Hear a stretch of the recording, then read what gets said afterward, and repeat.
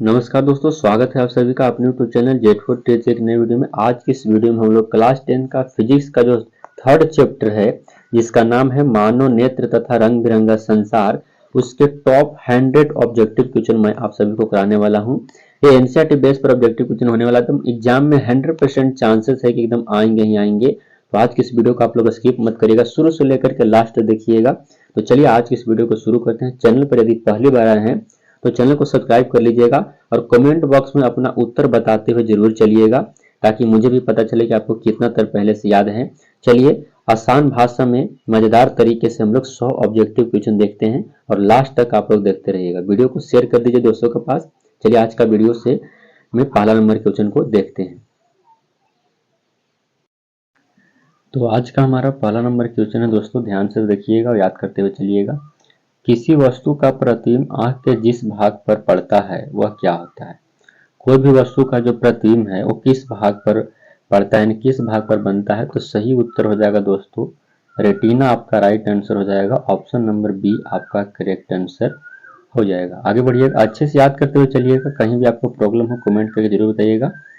एक स्वस्थ आंख के लिए स्वस्थ दृष्टि की अधिकतम दूरी क्या कहा गया? देखिए ध्यान से बच्चे लोग क्वेश्चन पढ़ते नहीं है।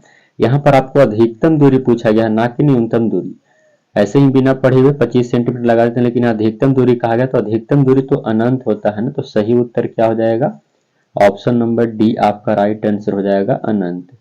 आगे बढ़िएगा, तीसरा नंबर प्रश्न देखिए क्या कहा गया। आंख व्यवहार होता है, तो बताइए आंख व्यवहार करता है किसके तरह? तो अच्छे से आप लोग को पता है कि आंख व्यवहार करता है उत्तल लेंस की तरह। ऑप्शन नंबर बी आपका सही उत्तर हो जाएगा। आगे बढ़ते हैं, 4 नंबर प्रश्न देखिए क्या कहा गया है। मानव नेत्र में किस प्रकार का लेंस पाया जाता है? तो अभी मैंने बताया कि वह उत्तल लेंस की तरह व्यवहार करता है, तो मानव नेत्र में ही उत्तल लेंस पाया जाता है। ऑप्शन नंबर आपका ए सही उत्तर हो जाएगा। आइए अगला क्वेश्चन देखिएगा, 5 नंबर प्रश्न आप लोग के सामने है। मानव नेत्र में जो बिंदु प्रकाश के लिए बिल्कुल सुग्राही नहीं होता उसे क्या कहा जाता है? जो प्रकाश के लिए बिल्कुल ही सुग्राही नहीं होता उसे क्या कहा जाता है? सही उत्तर आपका राइट आंसर हो जाएगा दोस्तों, उसको अंध बिंदु कहा जाता है। ऑप्शन नंबर क्या हो जाएगा? ए आपका राइट आंसर हो जाएगा। आगे देखिएगा, 6 नंबर प्रश्न आप लोग के सामने है, ध्यान पूर्वक देखिए और याद करिए। मानव नेत्र जिस भाग को प्रतिबिंब बनाता है वो क्या होता है? तो मानव नेत्र जिस भाग को प्रतिबिंब बनाता है उसको क्या होता है? तो दृष्टि पटल। देखिएगा बच्चों को ये भी समझ में, देखिएगा रेटिना जो आपको है, रेटिना यह एक अंग्रेजी शब्द है जिसका हिंदी जो होता है दृष्टि पटल होता है। कितना को रेटिना तो पता होता है कि मानव नेत्र रेटिना पर प्रतिबिंब बनाता है, लेकिन दृष्टि पटल क्या होता है? दृष्टि पटल रेटिना का हिंदी है, आप लोग अच्छे से याद कर लीजिएगा। चलिए आगे बढ़ते हैं, 7 नंबर प्रश्न देखिए क्या कहा गया है। मानव नेत्र अभिनेत्र लेंस की फोकस दूरी को समायोजित करके विभिन्न दूरियों पर रखी वस्तुओं को फोकसित कर सकता है, ऐसा हो पाने का कारण क्या है? तो अच्छे से आप लोग जानते हैं कि ऐसे को समंजन क्षमता हो पाता है, समंजन क्षमता कहलाता है। ऑप्शन नंबर बी आपका राइट आंसर हो जाएगा। आगे बढ़िएगा, 8 नंबर प्रश्न आप लोग के सामने क्या कहा गया है। जो नेत्र निकट वस्तु को साफ नहीं देख सकता उस नेत्र में क्या होता है? जब निकट की वस्तुओं को साफ साफ दिखाई नहीं दे रहा है तो उसको जो दोष हुआ है वो दूरदृष्टि दोष बोल रहा है। याद रखिएगा, दूरदृष्टि दोष। देखिए जौन सा दृष्टि दोष हुआ रहता है वही आपको दिखाई देता है, उसके अपोजिट वाला दिखाई नहीं देते हैं। जैसे निकट दृष्टि दोष है तो आपको निकट की वस्तु दिखाई देगा लेकिन दूर की वस्तु दिखाई नहीं देगा। अगला देखिएगा, 9 नंबर प्रश्न आप लोगों के सामने है। सामान्य नेत्र की रेटिना पर बनने वाला प्रतिबिंब होता है, तो रेटिना पर कैसा प्रतिबिंब बनता है? तो वास्तविक और उल्टा बनता है। याद रखिएगा, वास्तविक पर क्या बनता है? उल्टा। ऑप्शन नंबर सी आपका सही उत्तर हो जाएगा। चलिए आगे बढ़ते हैं, अगला प्रश्न देखिएगा, 10 नंबर प्रश्न आप लोग के सामने है। नेत्र लेंस में समायोजन की क्रिया होती है, नेत्र लेंस में समायोजन की क्रिया जो होती है वो किसके द्वारा होता है? सही उत्तर दोस्तों सिलियरी पेशियों द्वारा। ऑप्शन नंबर क्या हो जाएगा? सी आपका करेक्ट आंसर हो जाएगा, सिलियरी पेशियों के द्वारा। आगे देखिएगा, 11 नंबर प्रश्न आप लोग के सामने है, क्या कहा गया है। किसी नेत्र का निकट बिंदु कितना होता है? तो निकट बिंदु आप लोग के अच्छे से हम बताए हैं कि निकट बिंदु कितना होता है, तो 25 सेंटीमीटर होता है। ऑप्शन नंबर सी आपका सही उत्तर हो जाएगा। 12 नंबर प्रश्न देखिएगा दोस्त क्या कहा गया है। 12 नंबर प्रश्न कहता है कि पुतली के साइज को नियंत्रित करने वाला गहरा पेशीय डायाफ्राम क्या कहलाता है। जो गहरा पेशीय डायाफ्राम होता है, जो पुतली के साइज को नियंत्रण कंट्रोल करता है, वो क्या कहलाता है, तो उसे परितारिका कहते हैं। याद रखिएगा क्या कहते हैं उसे, परितारिका। ऑप्शन नंबर आपका ए सही उत्तर हो जाएगा। चलिए आगे बढ़ते हैं। अगला नंबर प्रश्न आप लोग के सामने है, आंख की पुतली किस प्रकार काम करती है। आंख की पुतली किस तरह काम करता है, आपसे यह पूछा गया है।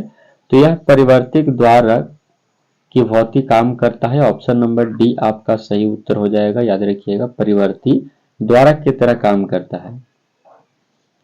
14 नंबर प्रश्न देखिएगा, कॉर्निया के पीछे एक संरचना होती है, उसे क्या कहते हैं। तो कॉर्निया के पीछे वाले भाग में एक रचना होता है जिसे परितारिका कहा जाता है। याद रखिएगा क्या कहते हैं उसे, परितारिका कहते हैं। आगे बढ़ते हैं दोस्त, अगला प्रश्न देखिए। अगला नंबर क्वेश्चन आप लोगों के सामने है, निकट दृष्टि दोष उत्पन्न होने का क्या कारण है। आखिर क्या कारण होता है कि निकट दृष्टि दोष हो जाता है। तो देखिएगा कारण होता है कि अब नेत्र लेंस की वक्रता जो है वो बढ़ जाता है। ऑप्शन नंबर आपका क्या हो जाएगा, ए आपका राइट आंसर हो जाएगा। याद रखिएगा। अगला नंबर क्वेश्चन आप लोग के सामने है, देखिए निकट दृष्टि दोष दूर करने के लिए किस लेंस का व्यवहार किया जाता है। तो देखिएगा निकट को दूर करने के लिए अवतल लगाते हैं। एक ट्रिक से हम आसानी से याद करेंगे। जैसे देखिएगा निकट, निकट या कितने अक्षर है, 1 2 3, तेकरा में 4 अक्षर वाला लगाइएगा। 4 अक्षर वाला क्या होता है, अवतल होता है ना, अवतल। देखिए 3 अक्षर का है तो 4 अक्षर के लिए सूत्र, मतलब 3 में 4 लगाएंगे, है ना, और 2 में 3 लगाएंगे। 2 के मतलब कि दूर हो गया, दू और र लिखिएगा तो 2 गो हुआ, और निकट 3 गो हुआ, तो 2 में 3 लगाइएगा और 3 में क्या लगाइएगा, 4 लगाइएगा। इस तरह से आप इसको याद कर सकते हैं। 17 नंबर प्रश्न देखिए क्या कहा गया, आंख में प्रवेश करने वाले प्रकाश की मात्रा को नियंत्रित कौन करता है। तो आंख में जो प्रकाश प्रवेश करता है उसको कंट्रोल किए हुए रहता है कौन, तो परितारिका। ऑप्शन नंबर क्या हो जाएगा, ए आपका करेक्ट आंसर हो जाएगा। आगे देखिएगा। अगला प्रश्न है दोस्तों, नेत्र में प्रवेश करने वाले प्रकाश किरणों का अधिकांश अपवर्तन होता है। तो किससे अपवर्तन होता है, सही उत्तर आपका राइट आंसर हो जाएगा। कॉर्निया के बाहरी पृष्ठ आपका सही उत्तर कहीं पर है, तो ऑप्शन नंबर सी आपका करेक्ट आंसर हो जाएगा। चलिए आगे बढ़ते हैं। 19 नंबर क्वेश्चन देखिए क्या कहा गया, किस दृष्टि दोष को अवतल और उत्तल दोनों लेंसों से बने द्विफोक्सी लेंसों द्वारा संशोधित किया जाता है। तो देखिएगा जिसको जरा दृष्टि दोष हो रहा था, जरा दूरदर्शिता, उसको दूर करने के लिए हमें निकट और दूर वाला यानी अवतल और उत्तल दोनों लेंस का प्रयोग किया जाता है, द्विफोक्सी लेंस जिसको कहते हैं। तो इसका सही उत्तर ऑप्शन नंबर सी हो जाएगा।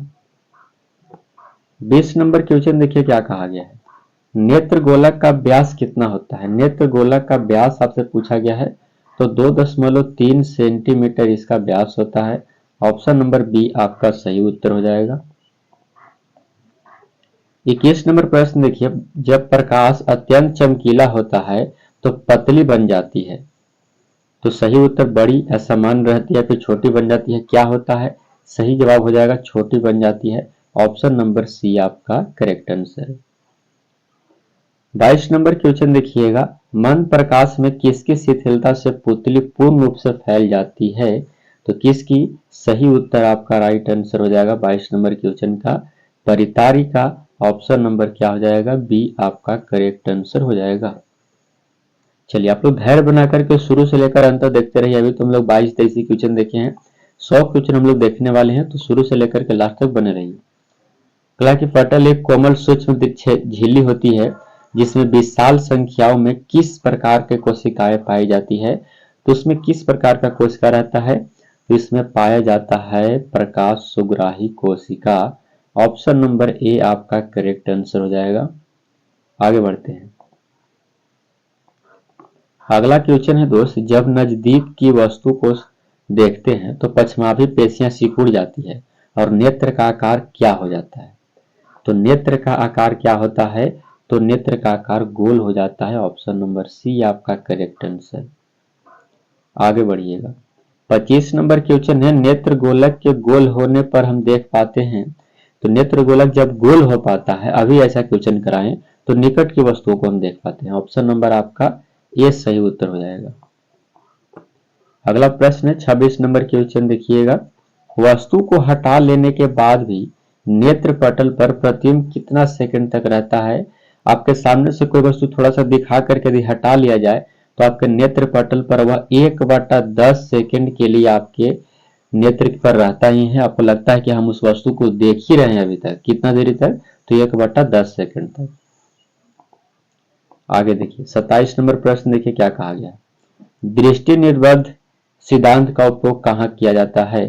तो दृष्टि निर्बंध सिद्धांत का जो उपयोग किया जाता है वो होता है चलचित्र प्रेक्षण में। चलचित्र आप जानते हैं, फोटो मतलब फिल्म वगैरह में। ऑप्शन नंबर आपका ए इसका सही उत्तर हो जाएगा। अगला क्वेश्चन है कि कॉर्निया के पीछे क्या है जो काले रंग की पेशियों का समुच्चय होता है। तो उसको परितारिका कहते हैं। ऑप्शन नंबर आपका ए सही उत्तर हो जाएगा। अगला नंबर प्रश्न है कि आयु में वृद्धि होने पर मानव नेत्र में समंजन क्षमता घट जाती है, यह दोष क्या कहलाता है। तो जब आयु में वृद्धि हो रहा है, उम्र बढ़ रहा है, तो समंजन क्षमता धीरे धीरे घटने लगता है, तो उसको जरा दृष्टि दोष कहते हैं। ऑप्शन नंबर डी आपका राइट आंसर हो जाएगा। आगे देखिएगा 30 नंबर प्रश्न आप लोगों के सामने क्या कहा गया है, कॉर्निया में दोष अर्थात उसके पूर्णतः गोलीय न होने के कारण किस प्रकार का नेत्र दोष होता है। तो कौन सा दोष होता है, तो अबिंदुकता होता है। ऑप्शन नंबर क्या हो जाएगा, ए आपका सही उत्तर हो जाएगा। अगला नंबर प्रश्न आप लोग के सामने है, देखिए ध्यानपूर्वक, अबिंदुकता नेत्र दोष वाले व्यक्ति के चश्मे में किस प्रकार का लेंस का दोष निवारण के लिए उपयोग किया जाता है। तो उसको अबिंदुकता वाले व्यक्ति को बेलनाकार लेंस लगाना होता है। याद रखिएगा कौन सा लेंस, तो बेलनाकार लेंस। ऑप्शन नंबर आपका बी सही उत्तर हो जाएगा। 32 नंबर क्वेश्चन देखिए क्या कहा गया है, दोष रहित नेत्र ने 25 सेंटीमीटर और अनंत के बीच रखी वस्तु को आसानी से देख पाता है, इसके बीच की दूरी को क्या कहते हैं। तो इसके बीच की दूरी को कहा जाता है दृष्टि परिसर। ऑप्शन नंबर आपका ए सही उत्तर हो जाएगा। अगला नंबर प्रश्न आप लोग के सामने है, मानव नेत्र दो हैं अतः इनका दृष्टि क्षेत्र क्या होता है। दो है तो क्या, इसका देखने का जो क्षेत्र है वो कितना होता है। तो 180 डिग्री, याद रखिएगा 180 डिग्री। Option number A. अगला नंबर क्वेश्चन आप लोग के सामने है दोस्तों, शिकार करने वाले जंतुओं के दो नेत्र उनके सिर पर विपरीत दिशाओं में स्थित होते हैं अतः इनका दृष्टि क्षेत्र क्या होता है, अधिक होता है कि कम होता है कि सामान्य होता है, या फिर इनमें से कोई नहीं। तो सही उत्तर अधिक होता है। ऑप्शन नंबर बी आपका सही उत्तर हो जाएगा। आगे देखिएगा अगला नंबर प्रश्न आप लोग के सामने है, सामान्य दृष्टि के वयस्क के लिए सुस्पष्ट दर्शन की न्यूनतम दूरी क्या है। तो कम दूरी 25 सेंटीमीटर है और अधिकतम दूरी अनंत है। आप सभी लोग को अच्छे से पता ही है। 36 नंबर क्वेश्चन है कि किस लेंस का उपयोग कर दीर्घ दृष्टि दोष का संशोधित किया जा सकता है। तो अभी बताए थे कि दो में तीन, तो दूर दृष्टि को दूर करने के लिए 3 लगाइएगा, यानी उत्तर लगाइएगा। तो ऑप्शन नंबर बी आपका सही उत्तर हो जाएगा। 37 नंबर क्वेश्चन आप लोगों के सामने है कि दूर दृष्टि वाले आंखें साफ साफ देख सकती है। तो दूर दृष्टि जिसका होल रहेगा वो दूर की वस्तुओं को ही साफ साफ देख सकता है। तो ऑप्शन नंबर आपका इसका ए सही उत्तर हो जाएगा। आगे बढ़ते हैं। अगला नंबर प्रश्न आप लोग के सामने है, कभी कभी कुछ व्यक्तियों के नेत्र का क्रिस्टलीय लेंस दूधिया या तो धुंधला हो जाता है, तो इस स्थिति को क्या कहते हैं। तो इस स्थिति को मोतियाबिंद कहा जाता है। ऑप्शन नंबर आपका एक करेक्ट आंसर हो जाएगा दोस्तों। अगला नंबर प्रश्न देखिए क्या कहा गया, जरा दृष्टता क्यों उत्पन्न हो जाती है, क्यों उत्पन्न होता है। तो इसलिए उत्पन्न होता है क्योंकि उसमें क्या होता है कि नेत्र की समंजन क्षमता घट जाती है। ऑप्शन नंबर आपका ये सही उत्तर हो जाएगा। अगला नंबर प्रश्न है दोस्तों क्या कहा गया है, दीर्घ दृष्टि दोष होने का क्या कारण है। दीर्घ दृष्टि दोष यानी दूर दृष्टि दोष क्यों होता है। तो इसका कारण है दोस्तों कि अभी नेत्र लेंस की फोकस दूरी जो है से अत्यधिक हो जाती है जिससे दूरदृष्टि दोष होता है। ऑप्शन नंबर डी आपका सही उत्तर हो जाएगा। आगे देखिएगा, अगला प्रश्न है कि अभिनेत्र लेंस की फोकस दूरी में परिवर्तन किया जाता है तो किसके द्वारा बदल सकते हैं? तो बदल सकते हैं पश्चिमाभि द्वारा। ऑप्शन नंबर सी आपका करेक्ट आंसर हो जाएगा। अगला प्रश्न है दोस्तों, देखिए, एक नेत्र वाले व्यक्ति का दृष्टि क्षेत्र होता है? तो एक नेत्र वाले व्यक्ति का दृष्टि क्षेत्र क्या होता है? सही उत्तर आपका राइट आंसर हो जाएगा 42 नंबर क्वेश्चन का 150 डिग्री। चलिए आगे बढ़ते हैं। अगला है कि एक नेत्र वाले व्यक्ति का सारा संसार कैसा दिखाई देता है? जिसका एक ही नेत्र होता है उसको कैसा दिखाई देगा? तो द्विविमीय चपटा दिखाई देता है। ऑप्शन नंबर ए आपका राइट आंसर हो जाएगा। चलिए 44 नंबर क्वेश्चन देखिएगा, क्या कहा गया? हमारे दो आंख सिर पर स्थित हैं, अतः हमें वस्तु दिखाई पड़ता है कैसे? तो हमें जो वस्तु दिखाई पड़ता है त्रिविमीय दिखाई देता है। ऑप्शन नंबर बी आपका सही उत्तर हो जाएगा। अगला 45 नंबर क्वेश्चन है कि रेटिना प्रकाश को परिवर्तित करता है, तो रेटिना जो है प्रकाश को किस में बदलता है? तो विद्युत सिग्नल में। ऑप्शन नंबर बी आपका सही उत्तर हो जाएगा। आगे देखिएगा, अगला नंबर क्वेश्चन है नेत्रदान करने वाले व्यक्ति की आयु सीमा क्या होगी? जो नेत्रदान कर सकता है उस व्यक्ति की आयु सीमा क्या होनी चाहिए? तो सही उत्तर 10 वर्ष का, 25 वर्ष का, 60 वर्ष का, फिर इनमें से सभी। तो सही उत्तर ऑप्शन नंबर डी हो जाएगा, इनमें से सभी। 46 नंबर क्वेश्चन आप लोग के सामने है। 47 नंबर क्वेश्चन, मृत्यु के बाद कितने घंटे के अंदर नेत्र को निकाल लेना चाहिए? तो 4 से 6 घंटे के अंदर आंख को निकाल लेना चाहिए। ऑप्शन नंबर बी आपका सही उत्तर हो जाएगा। अगला क्वेश्चन है दोस्तों, इनमें से कौन व्यक्ति नेत्रदान कर सकता है? तो देखिएगा, नेत्रदान कौन कर सकता है? तो देखिए आपको अच्छे से देखना है। देखिए, संक्रामक रोग वाला व्यक्ति नेत्रदान नहीं कर सकता है, मधुमेह वाला व्यक्ति कर सकता है और दमा वाला व्यक्ति भी कर सकता है। तो इसका सही उत्तर क्या हो जाएगा? ऑप्शन नंबर डी हो जाएगा। बी और सी दोनों। अगला देखिएगा, अगला प्रश्न है निम्न में से कौन ऐसे व्यक्ति हैं जो नेत्रदान नहीं कर सकते हैं? इसमें से कौन नहीं कर सकता है, आप ये बताइए। अभी बताए थे हम लोग कि इनमें से कौन नहीं कर सकता है। देखिएगा, एड्स के व्यक्ति कर ही नहीं सकता क्योंकि एक संक्रामक रोग है। तो सही उत्तर क्या हो जाएगा? ऑप्शन नंबर ए ही हो जाएगा, क्योंकि इनमें से कहा गया कौन नहीं कर सकता है, तो यही नहीं कर सकता, बाकी सभी के सभी नेत्रदान कर सकते हैं। 50 नंबर क्वेश्चन देखिएगा, विकासशील देशों में कितने करोड़ व्यक्ति दृष्टिहीन हैं? तो सही उत्तर आपका राइट आंसर हो जाएगा दोस्तों 3.5 करोड़। देखिए, हम लोग 50 क्वेश्चन देख चुके हैं, आधा देख चुके हैं, और आधे आप और टाइम बिताइए और अच्छे से देखिए। चलिए 51 नंबर प्रश्न देखिए, क्या कहा गया है? अभिनेत्र लेंस की वह क्षमता जिसके कारण वह अपनी फोकस दूरी को समायोजित कर देता है, तो क्या कहलाता है? अच्छे से आप लोग को पता है कि वह क्या कहलाता है। राइट आंसर हो जाएगा समंजन कहलाता है। ऑप्शन नंबर ए आपका करेक्ट आंसर हो जाएगा। 52 नंबर क्वेश्चन देखिए, क्या कहा गया है? कौन रंग है जिसका खतरे के सिग्नल के रूप में प्रयोग करते हैं? तो आप लोग देखे होंगे लाल रंग को खतरा माना जाता है, तो लाल रंग का उपयोग करते हैं। ऑप्शन नंबर सी आपका सही उत्तर हो जाएगा। अगला देखिए दोस्तों, अगला प्रश्न है श्वेत प्रकाश जब प्रिज्म से होकर गुजरता है तो जो रंग सबसे अधिक विचलित होता है वो बैगनी रंग होता है। याद रखिएगा, कौन सा रंग बैगनी सबसे अधिक विचलित होता है? ऑप्शन नंबर क्या हो जाएगा? सी आपका राइट आंसर हो जाएगा। आगे बढ़ते हैं। 54 नंबर प्रश्न देखिए, क्या कहा गया है? प्रकाश एक पतली झिल्ली से होकर नेत्र में प्रवेश करता है, इस झिल्ली को क्या कहते हैं? तो झिल्ली को क्या कहा जाता है? सही उत्तर आपका राइट आंसर कॉर्निया उसको कहते हैं। क्या कहते हैं? कॉर्निया। ऑप्शन नंबर बी आपका सही उत्तर हो जाएगा। 55 नंबर क्वेश्चन देखिएगा, प्रिज्म से होकर सूर्य का श्वेत प्रकाश गुजरने पर श्वेत प्रकाश 7 रंगों में विच्छेदित हो जाता है, इसमें लाल रंग के प्रकाश का विचलन क्या होता है? तो क्या होता है? लाल रंग के प्रकाश का विचलन क्या होता है? सही उत्तर आपका राइट आंसर हो जाएगा दोस्तों। इसका जो विचलन होता है वो सभी रंगों से बिल्कुल कम होता है, ऑप्शन नंबर डी। अगला नंबर क्वेश्चन आप लोगों के सामने है, चूजे के दृष्टि पटल में कौन सी कोशिकाएं नहीं होती है? तो चूजे के दृष्टि पटल में कौन सी कोशिकाएं नहीं होती है? तो शंकु कोशिका नहीं होता है, ऑप्शन नंबर बी आपका सही उत्तर हो जाएगा। आगे बढ़िएगा, 57 नंबर क्वेश्चन देखिए, अच्छे से आप लोग याद करिए। किसी कोलाइडी बिलियन में प्रकाश पुंज गुजारने पर यह कैसा दिखता है? तो किसी भी कोलाइडी बिलियन में यदि प्रकाश पुंज गुजारिएगा तो प्रकाश पुंज का मार्ग दिखाई देगा, ऑप्शन नंबर ए आपका सही उत्तर हो जाएगा। आगे बढ़ते हैं, 58 नंबर क्वेश्चन देखिए क्या कहा गया है।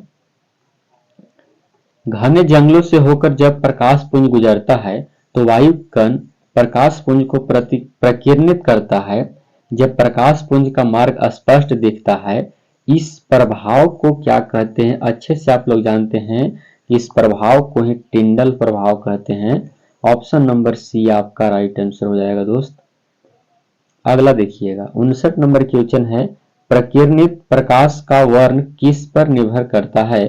तो प्रकीर्णित प्रकाश का जो रंग है वो किस पर निर्भर करता है? तो 59 नंबर क्वेश्चन का सही उत्तर हो जाएगा, प्रकीर्ण करने वाले कणों के साइज पर निर्भर करता है, ऑप्शन नंबर आपका डी आपका राइट आंसर हो जाएगा।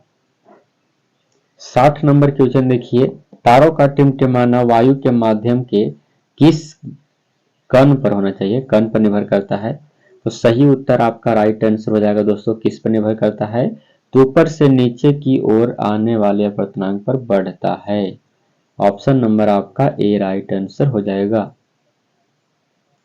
61 नंबर क्वेश्चन देखिए क्या कहा गया है, प्रिज्म से सूर्य का प्रकाश गुजरने पर पर्दे पर 7 रंग देखे जाते हैं, क्यों? 7 रंग क्यों देखा जाता है? तो 7 रंग इसलिए देखा जाता है क्योंकि सूर्य के श्वेत प्रकाश में 7 रंग मौजूद होते हैं, ऑप्शन नंबर सी आपका करेक्ट आंसर हो जाएगा दोस्त। आगे 62 नंबर क्वेश्चन देखिए क्या कहा गया है, वायुमंडल के सबसे ऊपरी परत में अंधेरा मालूम पड़ता है, क्यों?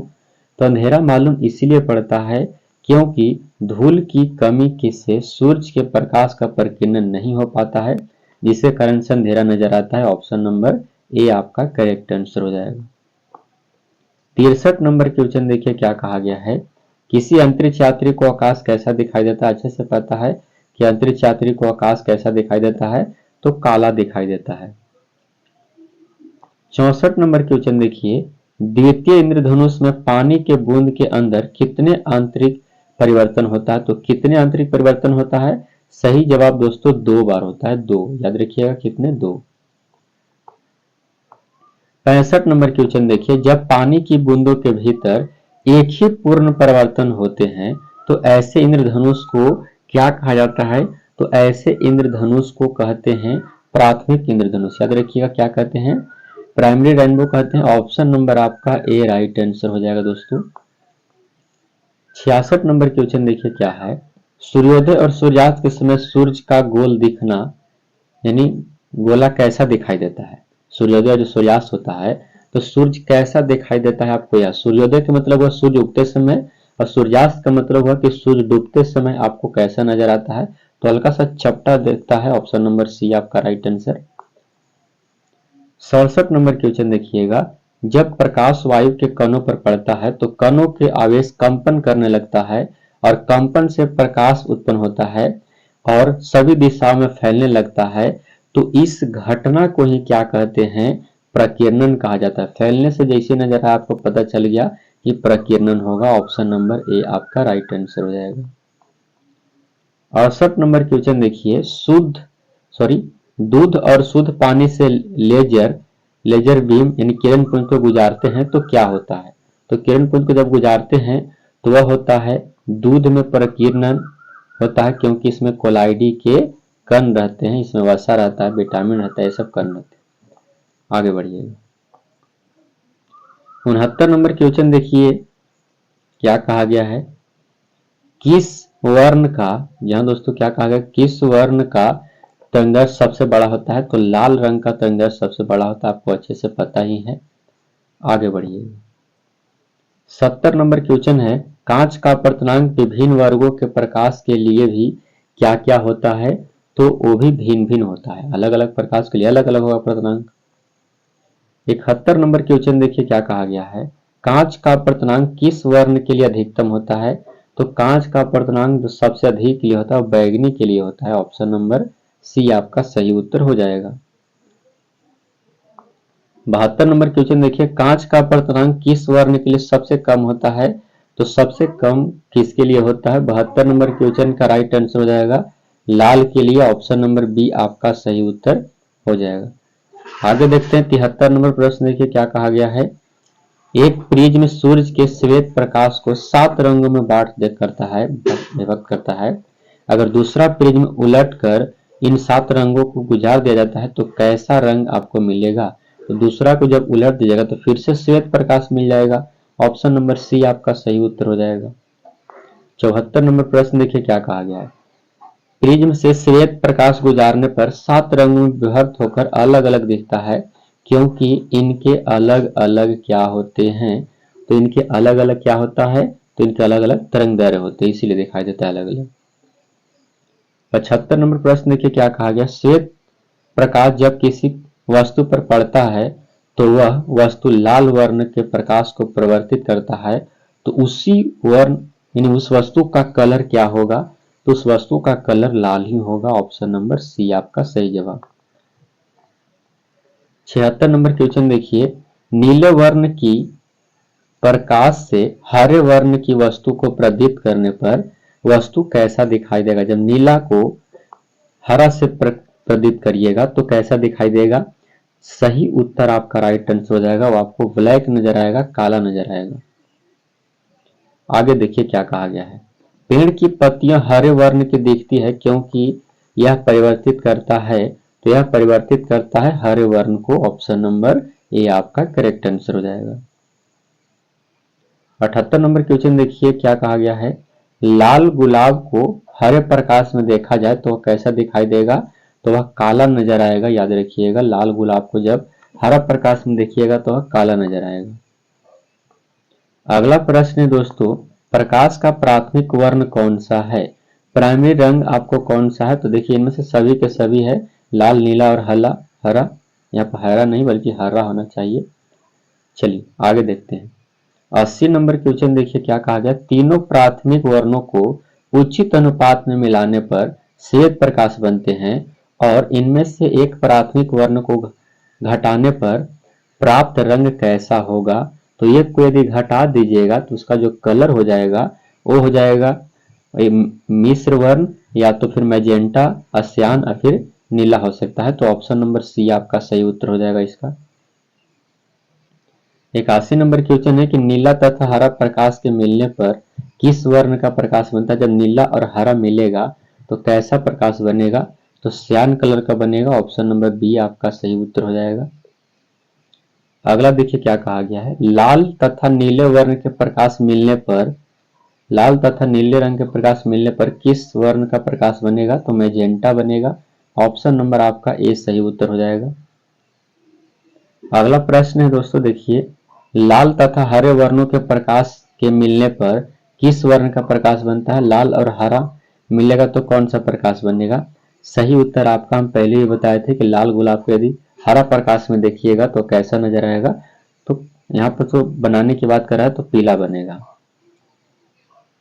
अगला देखिएगा, अभिनेत्र लेंस की वक्रता में परिवर्तन किसके द्वारा होता है? तो किसके द्वारा बदलाव होता है? तो पश्चिमावी पेशियों के द्वारा। ऑप्शन नंबर सी आपका सही उत्तर हो जाएगा। अगला प्रश्न है कि पेशियों के शिथिलन होने पर अभिनेत्र लेंस की फोकस दूरी लगभग क्या हो जाती है? तो वो होता है 2.5 सेंटीमीटर। याद रखिएगा 2.5 सेंटीमीटर।